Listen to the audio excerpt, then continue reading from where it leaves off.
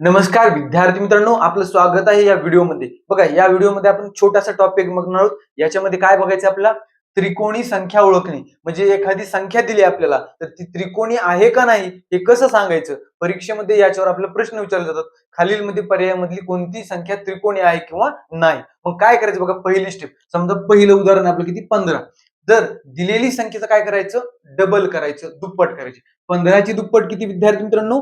30. 15 ची दुप्पट 30. आता ही 30 ही संख्या आपल्यासाठी महत्वाची. काय? 30च्या आधीची पूर्ण वर्ग संख्या बघायची. 30च्या आधी पूर्ण वर्ग संख्या म्हणजे कसं? बघा, 1 चा वर्ग 1, 2 चा वर्ग 4, पुन्हा 3 चा वर्ग 9, 4 चा वर्ग 16, 5 चा वर्ग 25, 6 चा वर्ग 36. 30च्या आधी कोण आहे? 25 आहे. बघा, 30च्या आधी कोण आहे? 25. 25 कुणाचा वर्ग आहे? 5 चा. ते 5 लिहायचं आणि 5च्या पुढली संख्या कोण असते? 6. यांचा गुणाकार करायचा. 5 सख किती विद्यार्थी मित्रांनो? 30. हा गुणाकार आणि ही संख्या एकच आली तर याला त्रिकोणी संख्या म्हणायचं. बघा, 30 आलाय, 30 आलाय म्हणजे ही त्रिकोणी संख्या आहे. आणखी एक आपण उदाहरण समजून घेऊया. बघा, आता 28 आहे. पहिली स्टेप काय? याची दुप्पट करायची. 28 ची दुप्पट किती विद्यार्थी मित्रांनो? 56.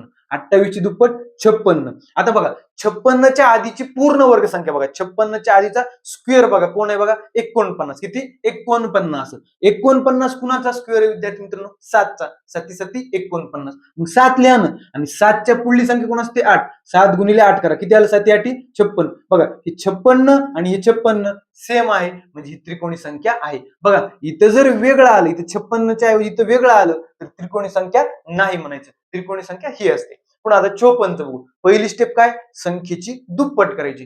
54 ची दुप्पट किती विद्यार्थी मित्रांनो? 108. 54 ची दुप्पट 108. आता 108च्या आधीची पूर्ण वर्ग संख्या किती असते विद्यार्थी मित्रांनो? 100. किती असते? 100. सर्वांना माहिती. 100 कुणाचा वर्ग आहे? 10चा वर्ग आहे. बघा, हे 10 लिहिलं मी. काही अडचण आहे का? नाही. आता काय? 10च्या पुढली संख्या कोण असते? 11. त्यानं गुणायचं. 10 गुणिले 11 किती येतं विद्यार्थी मित्रांनो? 110. 110 आणि 108 बरोबर आहेत का? नाही, वेगवेगळे.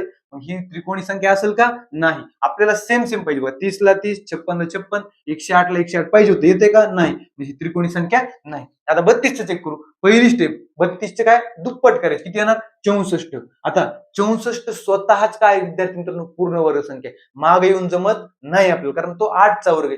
स्वतः 8च घ्यायचं बघा. 8 आणि 8च्या पुढली संख्या काय? 9. 8 9 किती आलं? 72 आलं. आता विद्यार्थी मित्रांनो, 64 आणि 72 सेम आहे का? नाही, वेगवेगळे. म्हणजे 32 ही त्रिकोणी संख्या असणार का? नाही. आणखी एक लास्ट एक्झाम्पल घेऊ. किती? 36. 36 ही त्रिकोणी संख्या आहे का नाही हे आपण बघू. बघा, काय? पहिली स्टेप, या 36 ची दुप्पट करा. किती येते? 72 येते. काही अडचण आहे का? नाही. चला, 72च्या आधीची पूर्ण वर्ग संख्या किती असते बघा विद्यार्थी मित्रांनो? आताच बघितलं, 64. बरोबर का? 88 64 99 81. म्हणजे 72च्या आधी 64 असणार. कितीचा वर्ग आहे तो? 8चा. 64 आहे 8चा वर्ग. 8च्या पुढील संख्या 9. 8 9 72. किती? 8 9 72.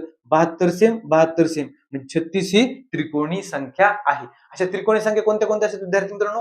1 असते, पुन्हा 3 असते, पुन्हा 6 असते, पुन्हा 10 असते, 15 असते, पुन्हा 21 असते. अशा आपण त्रिकोणी संख्या लिहू शकतो. धन्यवाद.